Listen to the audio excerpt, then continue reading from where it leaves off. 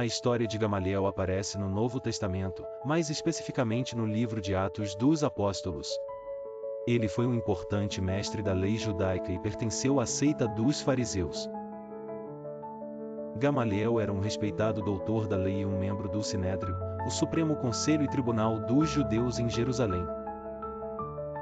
Ele é lembrado principalmente por sua intervenção em um momento crítico para os primeiros cristãos, quando defendeu os apóstolos de serem condenados à morte por pregarem sobre Jesus Cristo. Gamaliel é descrito como um homem sábio e justo. Ele era conhecido e respeitado entre os judeus por seu profundo conhecimento da lei de Moisés e por seu senso de justiça. Gamaliel pertencia à escola de Hillel, uma das duas principais escolas de pensamento entre os fariseus da época. A escola de Hillel era mais liberal e misericordiosa em sua interpretação das leis judaicas, contrastando com a escola de Shammai, que era mais rígida. Um de seus alunos mais notáveis foi Saulo de Tarso, que mais tarde se tornou o apóstolo Paulo.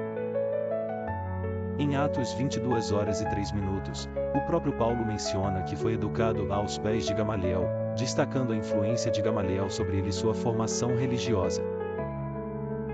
O papel mais conhecido de Gamaliel ocorre em Atos 5.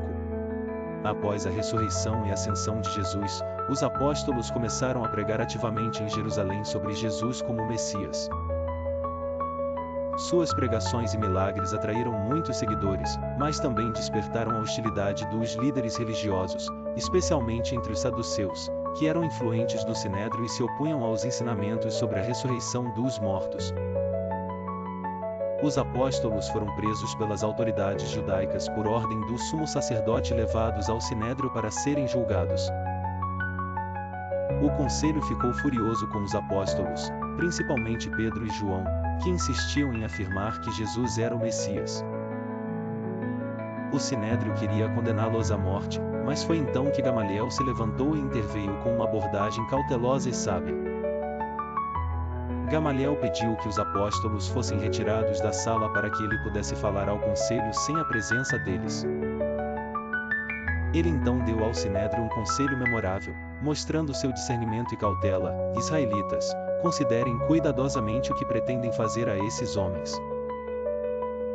Há algum tempo, apareceu Teudas, pretendendo ser alguém, e cerca de 400 homens se juntaram a ele. Ele foi morto, todos os seus seguidores foram dispersos, e isso tudo deu em nada.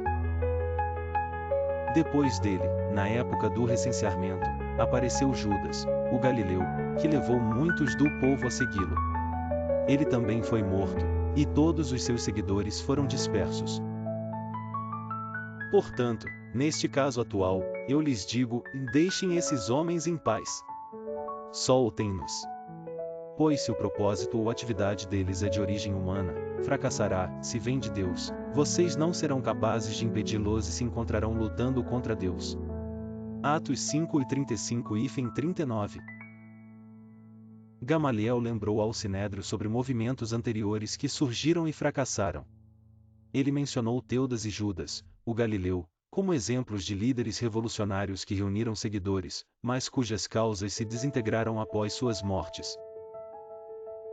Com base nesses casos, ele argumentou que, se o movimento dos apóstolos fosse apenas humano, ele desapareceria naturalmente. Porém, se fosse de origem divina, o Sinédrio não teria poder para detê-lo, pois estariam lutando contra o próprio Deus. Esse discurso teve um efeito poderoso sobre o conselho, que decidiu seguir o conselho de Gamaliel. Eles libertaram os apóstolos, mas antes os açoitaram e ordenaram que não falassem mais em nome de Jesus.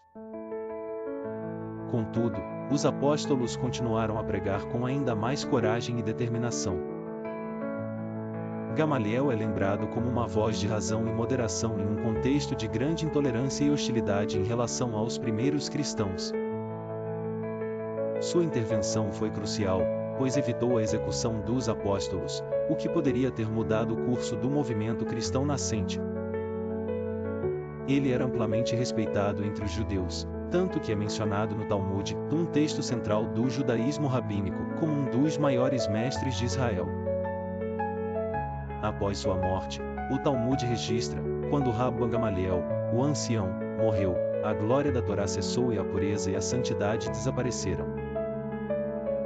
Essa frase reflete a grande estima que os judeus tinham por ele e a importância de seu papel como um sábio entre o povo.